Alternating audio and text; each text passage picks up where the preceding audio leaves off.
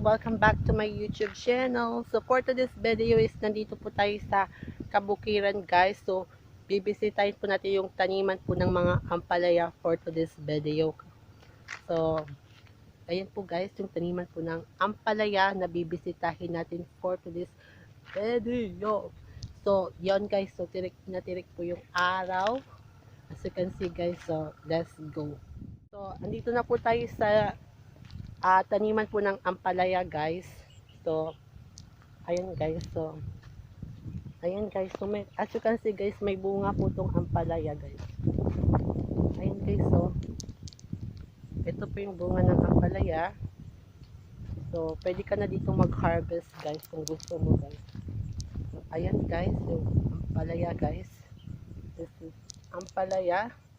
Sobrang lusog nila guys. Ito din po yung ampalaya guys, sobrang lusog din po nila. And then yung lupa guys, so shout out po dyan sa mga magsasaka po natin guys. So ayun guys, so ito po yung season po ng ampalaya ngayon guys. So ayan,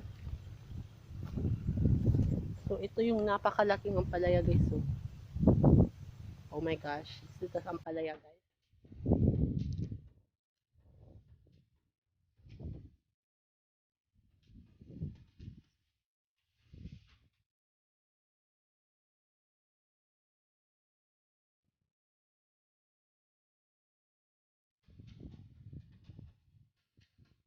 Kasi guys, tirik na tirik po yung araw ngayon.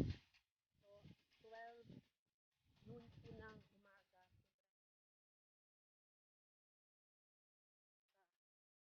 Sombrero po tayo. Ampalaya guys.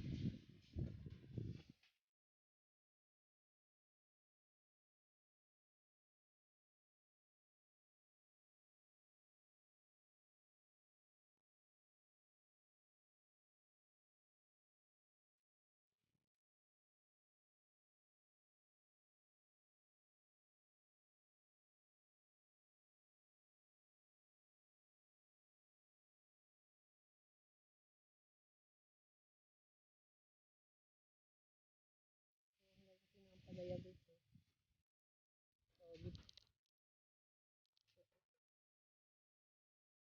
sobrang laki ng ampalaya guys. Oh my god. Guys, look at this. This is ampalaya.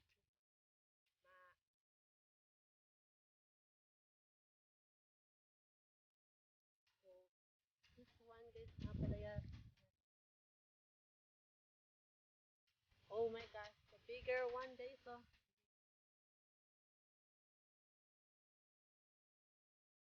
madami pa. Sobrang lawak po ng taniman po ng ampalaya guys.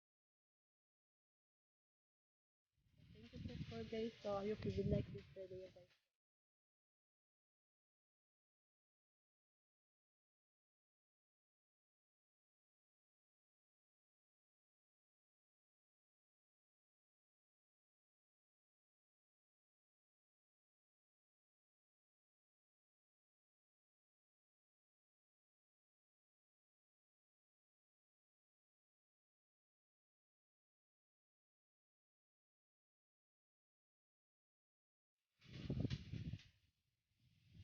Hello guys, so ito, as you can see guys, ito po yung fertilizer kung saan kaya malusog po yung mga ampalaya natin guys. So ginagamit nila po ng fertilizer ang tai po ng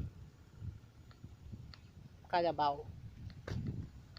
So ayan guys, so ayan po yung fertilizer po dito guys. Ito yung tai po ng kalabaw guys. Ginagawa nilang fertilizer po dun sa ampalaya. Okay, so ayan guys, so sobrang tirik po yung araw ngayon guys. Yeah, I got all of these fragrances.